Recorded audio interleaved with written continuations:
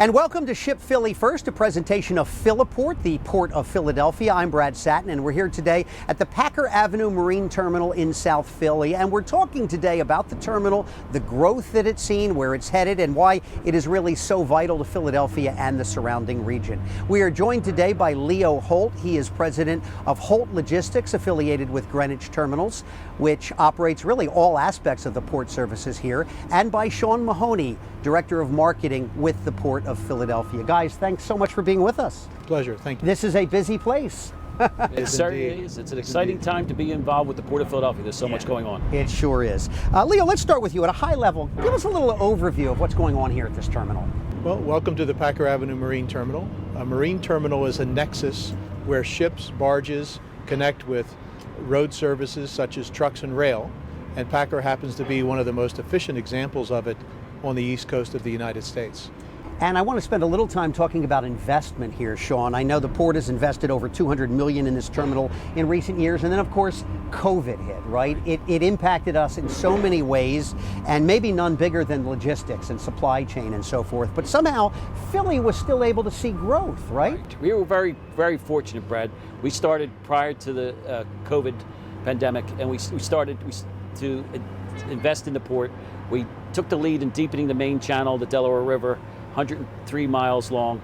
We went from 40 feet to 45 feet. It was a $500 million project with our federal partners, and the state of Pennsylvania being the local match. But more than that, we also rebuilt the dock that we're sitting on right now. We invested in the super post-Panamax cranes, which can unload the largest ships in the world right here in Philadelphia. And we're very fortunate that we had all those main infrastructure improvements done prior to the pandemic. And fortunately for us, in the heart of the pandemic, when other ports were seeing double-digit decreases, the Port of Philadelphia actually grew by 7%. In fact, in 2020, we were the fastest growing port. And I think there's a reason that the World Bank and others have called this terminal one of the most productive ocean cargo facilities in America. Leo, if I can ask, how are Greenwich Terminals and Philadelphia labor really getting it right when so many ports right now are really struggling? Well, if it was a Philadelphia sports analogy, I would say teamwork makes the dream work. And it's very much the case as it relates to logistics. There is a group of people that are not only the labor that are hands-on here, but the management, as well as the broader community of brokers and truckers and warehousemen that all cooperate together and compete together in order to make it work. Well, let's talk about that broader community. Let's talk a minute about rail and roadway improvements. Obviously, you need a modern terminal, but you need to be able to get things in and out of them, right? If you're going after, for instance, discretionary cargo, things that may be headed to Chicago or the Midwest or Ohio, you need good roads and bridges to get them there, and it's working here in Philly? That's right, Brad. And you mentioned earlier, we've taken care of the ship side, the water side, deepening the channel and the berth and the terminal.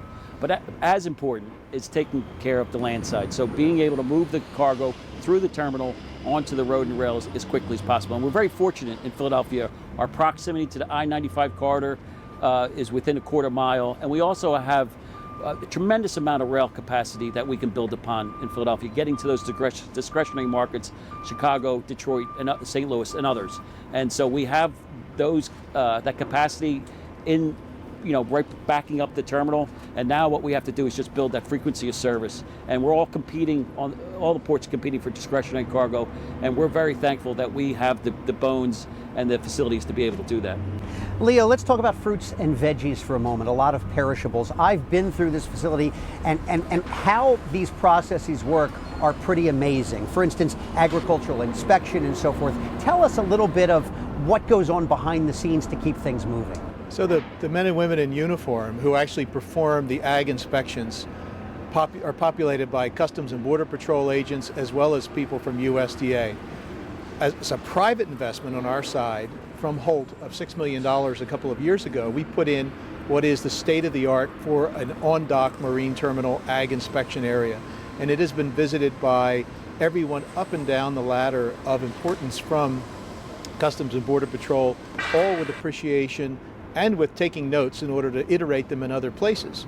So the inspectors are able to efficiently, safely perform very quick inspections, and that is giving us the ability to handle markets like Chile, Peru, Argentina, South Africa, the Indus service countries like Spain, Morocco, India, as well as Italy. So there's lots of opportunity here, and a lot of it's driven by these keystone investments that are made by people like PhilaPort and ourselves. Well, as we talk about moving produce and refrigerated items, it really is an ecosystem, right? Can you talk a little bit about that? Yeah, the Delaware Valley is home to probably the broadest quilt, to use a Pennsylvania metaphor, of warehouses. Some are mom and pop, some are massive corporate entities that are freezer, cooler, treatment, repacking, and distribution.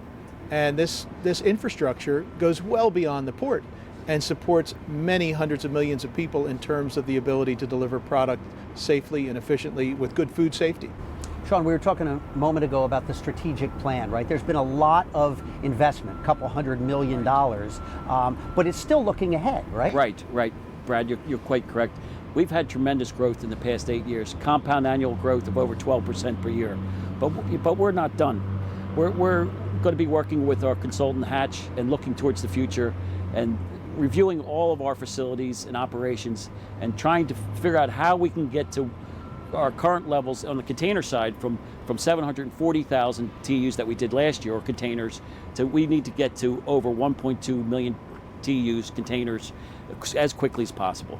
Well, it's clearly working, right? We have some success stories to talk about. Packer Avenue Marine Terminal attracting container services from all over the world. Here are a few examples. The MSC Indus II, a Mediterranean service. The MSC Scan Baltic out of the Baltic.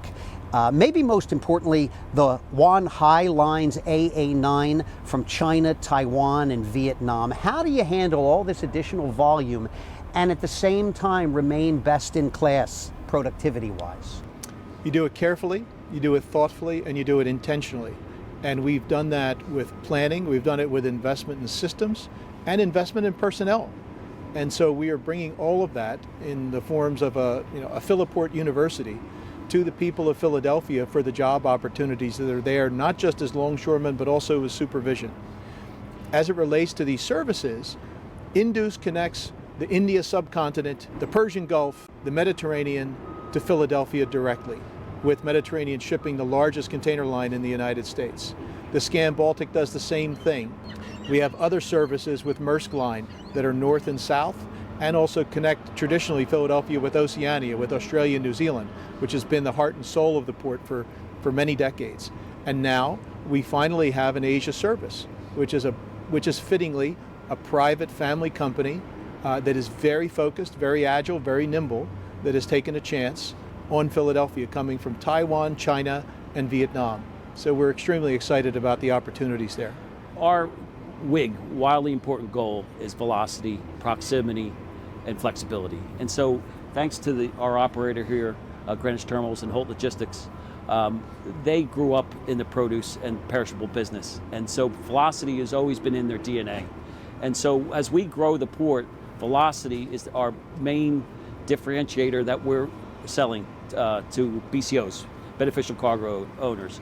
And so even in the heart of the pandemic, when other ports were seeing congestion issues, and we had some challenges, but we never saw the congestion that other ports around the country and the world were seeing. These are exciting times for Packer Avenue Marine Terminal, guys. Yes, absolutely. You're here at a good moment. Leo and Sean, thanks guys so much for joining us. Same here. And thank you for joining us as well. I'm Brad Satin. For much more information on PhilaPort, the Port of Philadelphia, the website, simply philaport.com. Check it out. And we'll see you again soon for another episode of Ship Philly First.